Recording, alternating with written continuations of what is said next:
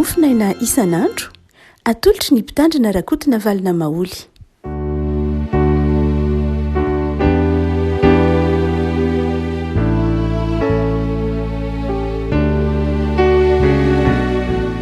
Miarabantsika rehefa kotra rety alatsinainy faharoa ny volana desambra ity ao anatin'ny fotoanan'ny advento isika raha ohatra ka ny calendrien'ny fiangonana no jerena ka dia faly miarabantsika riavana tratra izany advento. Ny advento moa no taobaovao amin'ny fiangonana.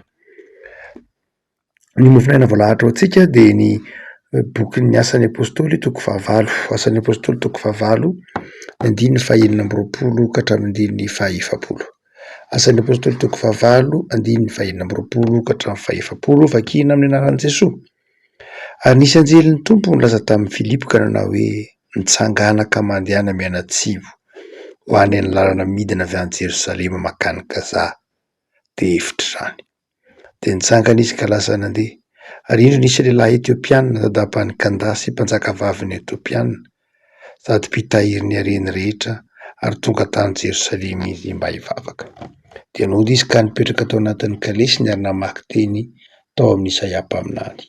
Dia hoy ny fanahy tamin'ny Filipo, andeha manatona ka makanesa amin'io kalesy io. Ary Filipo niazakazaka anakeo aminy dia nandray azy namaky teny tao amin'ny Isaia mpaminany ka niteny taminy hoe, mo fantatro va izay vakinao? Fa hoy izy, ataoko ahoana ny vahay raha tsy misy mpampianatra? Ary izy nangataka ny Filipo hiakatra sy hipetraka eo aminy. Ary izao no teny zoatra masina no vakiana. Nentana hovorona tahaka ny ondry izy ary tsy nilobava, tahaka ny zanak'ondry mona eo anoloan'ny mpanety azy. Ny fihetretena no nanaovana azy resy lahatra, ary izy no alaza ny amin'ny arabelona taminy, fa ny ainy esorina tamin'ny tany. Ary olona tandapana malain'i Filipo ka nanao hoe, masiny ianao, iza moa no lazain'ny mpaminany amin'izany? Ny tenany va sa olon-kafa? Ary Filipo nilobava dia nanomboka teo amin'izany zoatra masina izany nitory an'i Jesosy taminy. Ary nandeha teny an-dalana izy dia tonga teo amin'izay nisy rano. Ary olona tandapa, indro rano, ka inona moa no mizaka anahy tsy atao batisa? Dia nasainy najanona ny kalesy, ary izy roalahy dia Filipo sy ilay tandapa nidina eo amin'ny rano dia nataony batisa izy. Ary rehefa niakatra avy teo amin'ny rano izy roalahy dia nenta ny fanahin'ny tompo Filipo ka tsy hitan'ilay tandapa intsony, fa nandeha tamina lena izy sady nifaly. Fa Filipo hita tany Azota dia nitory ny filazantsara tany amin'ny tanàna rehetra izay naleny ambara-pahatongany tany Kaisaria. Ray masino manamasinana ny fahamarinana ny teninao ny fahamarinana. Amen. Revana ny andininy fahaenina amby roapolo no hoentina mampahery anao. Ary nisy anjelin'ny tompo nilaza tamin'ny Filipo ka nanao hoe mitsangana ka mandehana miana atsimo ho any amin'ny lalana midina avy any Jerosalema makany Gaza, dia efitra izany. Gaza resahana eto moa tsy dia tsy ilay bande de Gaza ny Cisjordanie izay resahana be ankehitriny satria momba ny resaka Hamas sy ny olana eo amin'ny Palestiniana sy ny Israeliana. Raha miresaka bande de Gaza aty amin'ny Cisjordanie zay ka dia voafandaminana aty amin'ny taona 490 izany.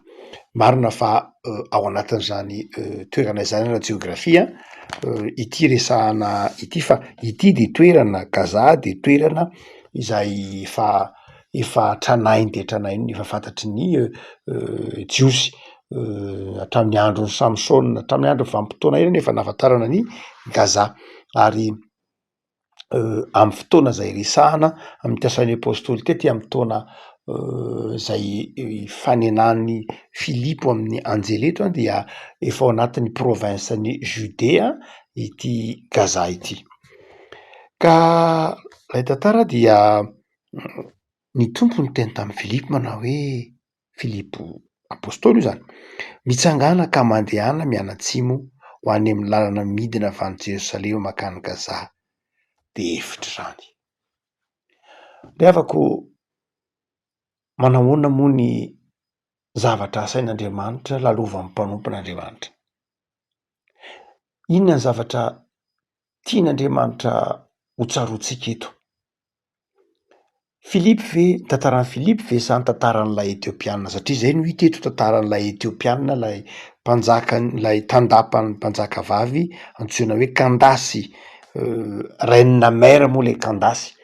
Izay raha ohatra ka jerena amin'ny vanim-potoana ao dia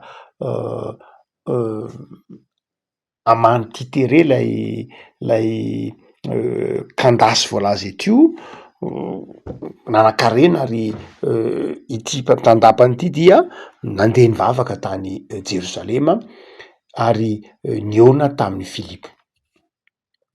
De ny tompony teny tamin'ny Filipy na hoe nda mitsangana ianao fa irahiko ianao de mandany ianao miala atsimo ary amin'ny lalana makany Jerosalema, midina avy any Jerosalema de makany Gaza any am'ilay efitra ny andehananao.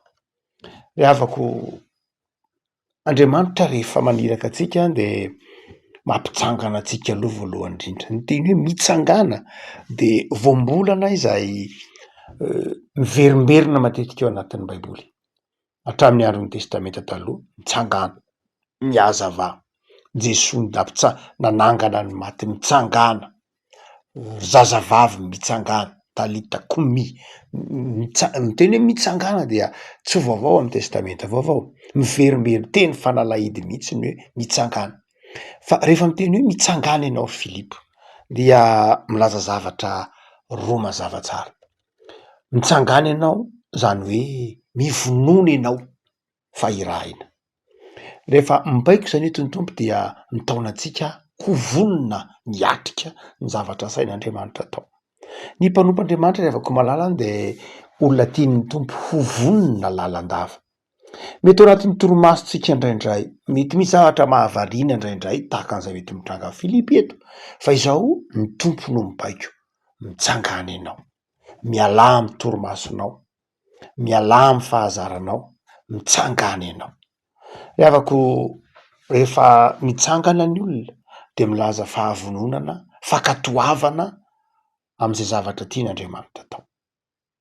Ary faharoa dia rehefa miteny ny tompo eto hoe mitsangana de zao milaza andraikitra koa zany, tsy hoe vonona fotsiny fa milaza andraikitra zay asa zay tian'ny tompo atao, asa zay anomezany tompo hery, asa zay fikasan'Andriamanitra.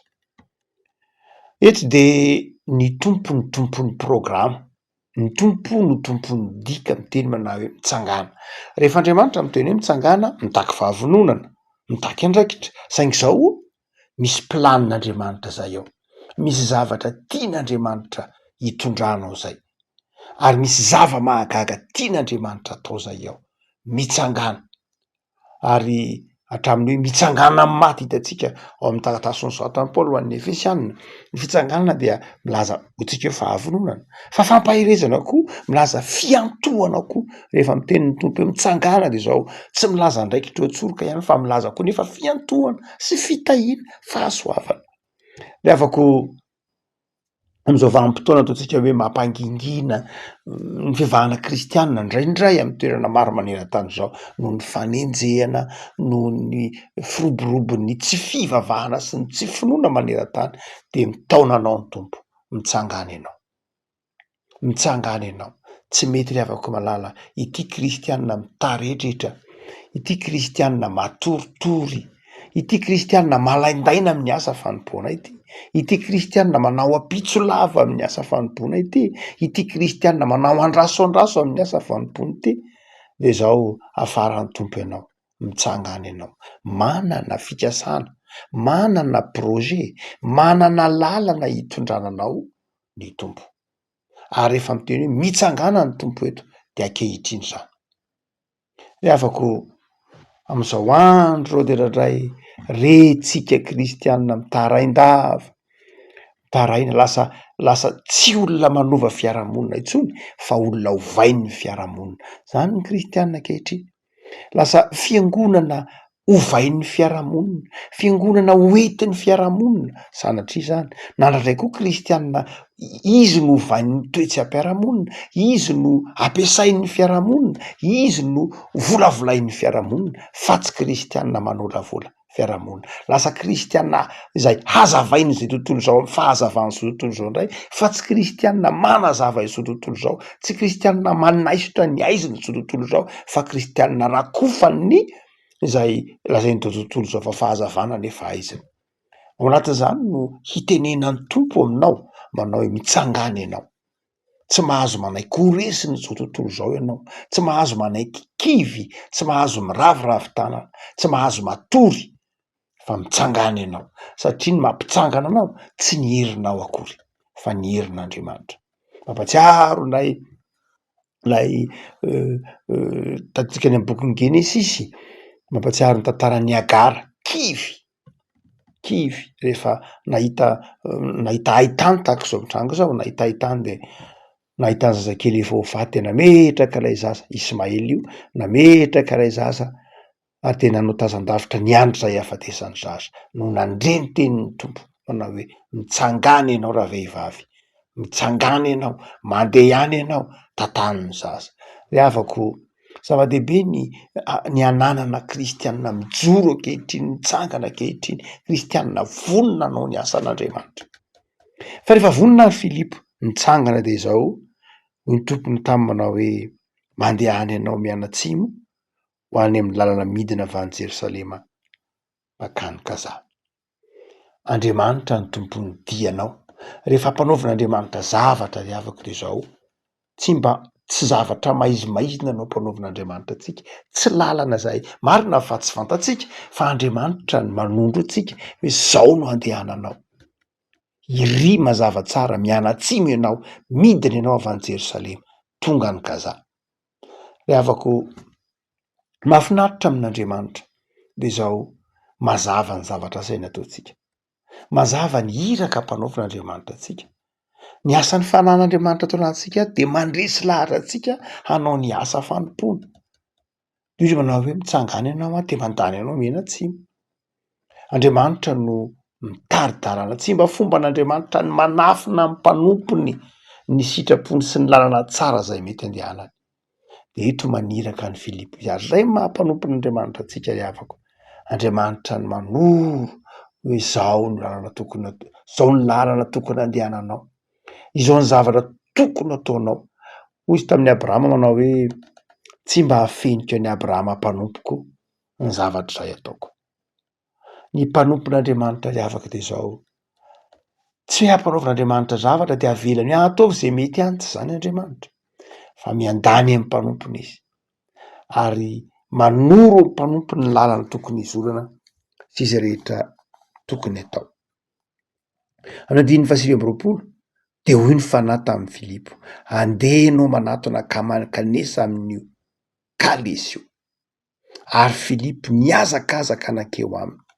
Zany hoe rehefa irahin'ny tompo isika de mazava ny fanahin'ny tompo miasa ao anatintsika, tsy ny herintsika no ahafahantsika manao ny asan'Andriamanitra fa ny fanahin'Andriamanitra. Zay no mahatonga antsika hoe aza mihemitra eo anatin'ny asan'Andriamanitra, aza kivy eo anatin'ny asan'Andriamanitra, fa ataovy zay zavatra sain'Andriamanitra ataonao amin'ny fotoana zay anekenao hitsangana, amin'ny fotoana zay hijoroana hoe zanao an'ity asan'Andriamanitra ity. De zao Andriamanitra manoro anao. Fa raha mbola miandry ianao manaka eny aloha Andriamanitra fa aleo aloha hiandry rapitsy, aleo aloha anam-potoana, aleo aloha afaka fanadinana, aleo aloha ahazo vola, de zao manjavozavo aminao ny asan'Andriamanitra. Fa vantany vao mitsangana ianao manapa-kevitra hoe za Andriamanitra ity irao tahaka ny teny Isaia mpaminany de nisokatra aminao ny lalana, de fantatra hoe ity ny tokony ataoko satria ny finoana no mitarika anao. Maizimaizina nge amin'ny olona ny lalan'Andriamanitra satria kely finoana izy. Ny finoana nge no mahatonga antsika mahatakatra ny lalan'Andriamanitra, fa rehefa tena mitoetra amin'ny finoana isika de mazava amintsika ny tokony ataontsika. Mampieritreritra hoe za de tsy azoko mieritreritra mandre kristianina hoe tsy fantatro hoe inona ny zavatra ampanaovin'Andriamanitra, tsy fantatro hoe inona ny zavatra miandry ahy, de mangatà amin'ny tompo, meteza hitsangana, meteza amin'ny tompo hoe za tompo de ampanaovy zao zavatra tianao atao. Fa amin'ny fotoana anekenao ino hoe za tompo hanao zavatra tianao atao de zao miasa amin'ny fanan'Andriamanitra. Ary iteny aminao manao hoe tahaka ny tenenany tamin'ny Filipo hoe mandehany ianao mianatsimo. dia any amin'ny lalana zay makanika za de hiazakazaka ianao ry havako, rehefa hitanao kosa lay lalan'Andriamanitra hoe ity de anao tahaka ny Filipa ianao hiazakazaka mihitsy hanao le zavatra tian'Andriamanitra atao. Inao lay kivikivy iny rehefa tariny fanan'Andriamanitra ka mazava aminao le lalana, mazava aminao lay mission de hiazakazaka ianao. Ary mahagaga de zao, miazakazaka ianao ary tsapanao lay etaetan'ny olona zay miandro ianao. Rehefa ohatra ka tojo lay zavatra ampanaovan'Andriamanitra anao de mifanenina amin'ilay etaetan'lay olona mila anao, mifanenina amin'ilay etaetan'lay asa miandro ianao. Tsapanao hoe ilaina ianao, tsapanao hoe misy heviny tapoka ny fiainanao. Rehefa manaiky hitsangana ianao ka manaiky ampanaovan'Andriamanitra, mahatoky hoe tia Andriamanitra ny zavatra asainao ataoko, manana an'izay faharesen-dahatra zay, de tonga de miova ny antom-pisianao. Tsapanao avy hatrany hoe ilaina ianao. Tsapanao tahaka ny Filipo eto hoe tsapan'ny Filipo fa eo am-pamakina teny lay tandapa Etiopiana, izy tonga reny tsara ny vaky tenin'lay tandapa Etiopiana. Alefa sara an-tsaina hoe raha tsy niazakazaka izy de tsy nandrihany lay tandapa Etiopiana namaky teny, fa ny fanojo mihitsy niazakazaka Filipo sy lay vaky tenin'lay tandapa ary ny fanazavana nataon'ny Filipo. Tranga fanararoatra, opportunité, tranga fanararoatra avy hatrany tamin'ny Filipo ny nahita ilay lehilahy nanandre lay lehilahy namaky teny. De Filipo taminy azonao ve zany? Fantatrao ve ny dikan'izany? Nangetaeta mafy lay lehilahy de niteny manao hoe ahoana moa no ahaizako an'izany raha tsy azavainao amiko.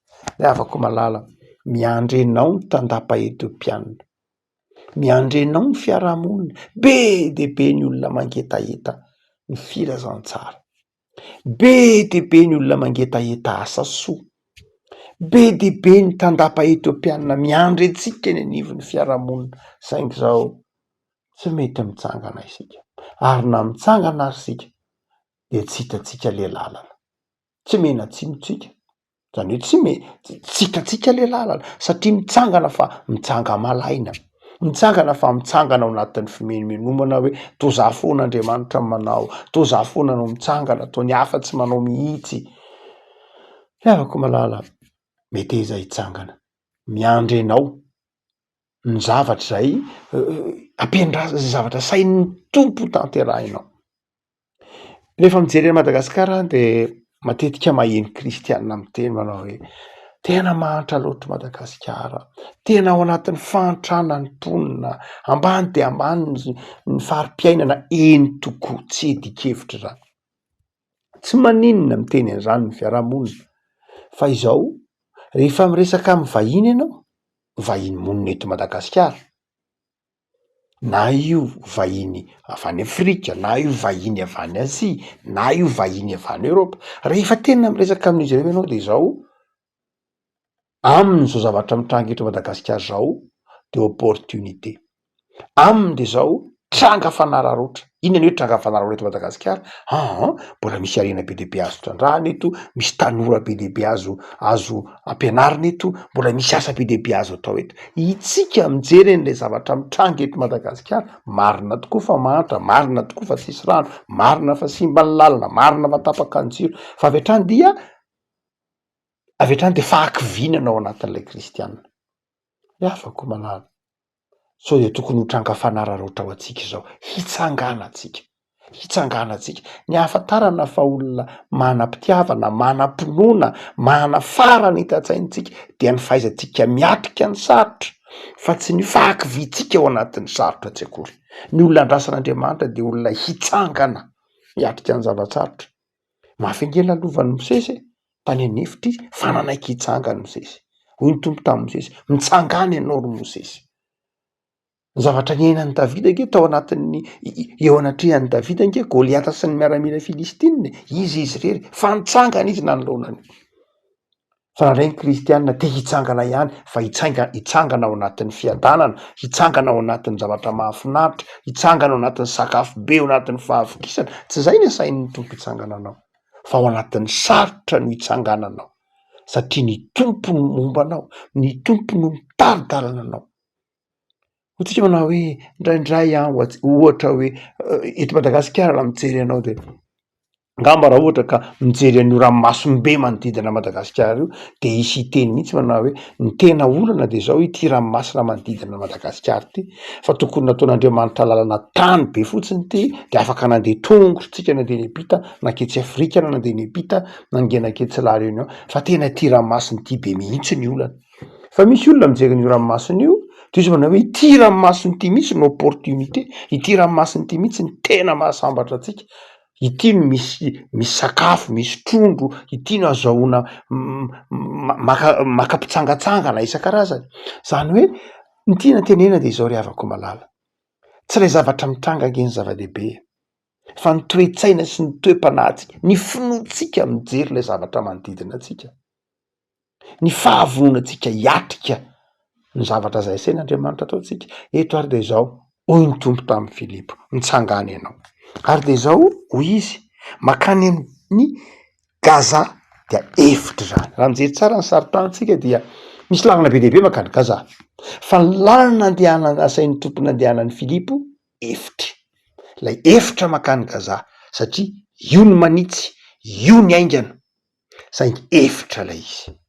Havako fa maninona Andriamanitra naniraka ny Filipo ho any amin'ny efitra, fa naninona Andriamanitra naniraka ny Jesoa nakany amin'ny efitra 4 andro, fa naninona Andriamanitra nitaiza ny zanak'Israely 4 taona tany an'efitra, fa naninona Mosesy nitaizan'Andriamanitra tany an'efitra, ary maninona Filipo eto mbola averina indray nakany an'efitra, satria tefen'Andriamanitra mpanompon'Andriamanitra mba tsy ho zatra tolora-potsiny. Tsy Andriamanitra raha tsy saina sanatria ny vava ka hoe ampijaly ny mpanompony, tsy zay loatra. Andriamanitra manan-karem-pahasoavany, fa tian'Andriamanitra ny hoe ahatserovantsika raha mitenen'ny Filipo izy hoe efitra de izao misy zavatra tsy maintsy ilalovantsika mba hampiorona ny finoantsika io. Raha tsy nandeha tany amin'ny efitra Filipo tsy nahavita niezakazaka ary nahatratra an'ilay tandapa Etiopiana. Raha rehetsika rehefa tojo efitra dia lay efitra no hitatsika fa tsy ny fitaizan'Andriamanitra. Ao anatin'ny efitra azavariana mijery ny efitra fa natany ny efitra ary Jesoa tsy nohon' izy akory, tsy resy izy akory nohon' izy tany fa ny tompo ny karakara sy namelona azy, nanamariky efitra azy ny zanak'Israely tsy tapaka ny kapany, tsy nohon' izy. Marina fa tsy nanana zay mety ho neritreretina izy fa velona araka ny famindram-pon'Andriamanitra izy. Zany ravako malala mitsangana meteza amaky ny efitra. Ndraindray ny mahavony olona ankehitriny de tsy te amaky ny efitra fa te tonga de ho sambatra avy hatrany, ndray tonga de te hanan-karena tapoka, te ho tafita tapoka, te hanan-javatra tapoka, tsy manaiky andaly efitry ny fitaizana, tsy matahotra ny andaly ny efitry ny fitaizana, tsy manaiky ny andaly ny efitry ny fanabeazana, ny efitry ny finoana, ny efitry ny fifandraisana amin'Andriamanitra, tsy manaiky andalo an'izany. Fa avy hatrany de te andalo ny paradisa ny tany zay mamandrika sy manimba. Havako malala eto ary ianao mpanompon'Andriamanitra, iraha iny tompo mitsangana ianao am'izao herinandro manomboka zao, mitsangana ianao aza kivy ao anatin'ny efitra fa manana finoana, fa miandry ianao ny famirapiratana, miandry ianao ny fitantanana ny tompo tahaka ny tantanany any Filipo, meteza hiazakazaka, ary de zao rehefa miazakazaka ianao de miandry ianao ny fahombiazana zay tsy avy aminao fa avy amin'Andriamanitra. Zareo nefa raha ny fiainan'ny Filipo amin'ny ity andininy fa sy amin'ny 30 ity dia rehefa niakatra teo amin'ny rano izy roa lahy de nentiny fanahin'ny tompo Filipo ka tsy hitan'ilay tandapa intsony. Inona ny dikan'ilay teny? Rehefa mankatoa an'Andriamanitra ianao, manaiky izay zavatra ampanaovan'Andriamanitra anao de zao izy no manatanteraka ny asa, ary manjary manana namana ianao, manjary tsapanao lay fifaliana eo ampanatanterahana ny asa, tsapanao lay fifalian'ny fanjakan'Andriamanitra ataon'ny tompo, tsapanao zany hitantsika amin'ny andininy fa 7 ary nandeha tamina lena izy sady nifaly. Afako vaovao ny herinandro de engany omen'ny tompo anao fifalian'ny mpanompon'Andriamanitra. Tsy fifaliana tahaky ny fifaliana zao tontolo zao, fa fifaliana ateraky ny finoana sy fahatokinan'Andriamanitra, fa tsy ny hevitra akory ny tompony teny farany, tsy ny zava-tsarotra ny tompony teny farany, fa ny fakatoavana ao an'Andriamanitra sy ny fahatokina ao an'Andriamanitra hanaiky izay zavatra tian'Andriamanitra mpanaovina anao. Vavaksika tompo misaotra anao zahay fa maniraka anay ianao am'izao herinandro fa manomboka izao. Tianao tompo ny ijoroanay, hitsangananay, raha nefa azotoana hiatrika ny zava-tsarotra sy zavatra mpanaovinao anay. Tefenao zahay hanana fahasahiana, tefenao zahay hanana toe-tsaina sy toe-po voninkiasa, tefenao ahatsiaro fa eo akaikinay ianao, mitazana anay, taridarana anay, manoro lalana anay, manazava ny sainay ary manao zava-mahagaga koa aza. Vaovao ny herinandro tompo de meteza hiara-dalana aminay, meteza hiaraka aminay tahaka ny tantananao an'i Filipo, de tantano zahay hianatsimbo, hamakivaky ny lalatsarotra, hamakivaky ny hevitra, ary aona amin'ny asa izay ampanaovinao anay. Esoro ny fahalainana, esoro ny toe-tsaina morakivy, esoro aty anatinay ny toe-tsaina zatra tolorana, fa tefeo zay tompo, hanana fona sy fanantenana, ary afaka miatrika ny fifaliana izay zavatra ampanaovinao anay. Meo anay ny fahasalamana sy heri-tanjaka. Vavak'izay tompo an'ireo marary amin'ny hopitaly, vavak'izay an'ireo marary amin'ny tokantrano, vavak'izay an'ireo manana olona amin'ny herinandro manomboka ty ampahireso. Da io ny herinandronay, herinandro ny fahombiazana, herinandro ny fitahiana sy ny fifaliana. De mametraka izany eo am-pelantananao zay Jesoa, mba ho tsapany mandrakarivany fa tianay. Amen.